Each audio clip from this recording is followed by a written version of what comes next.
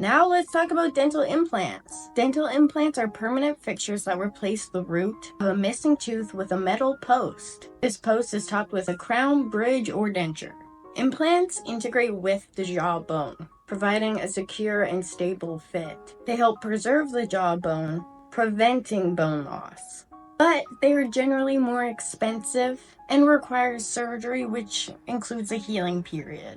Also, not everyone like myself can get implants due to issues like bone density or medical conditions. One major difference is how they affect eating.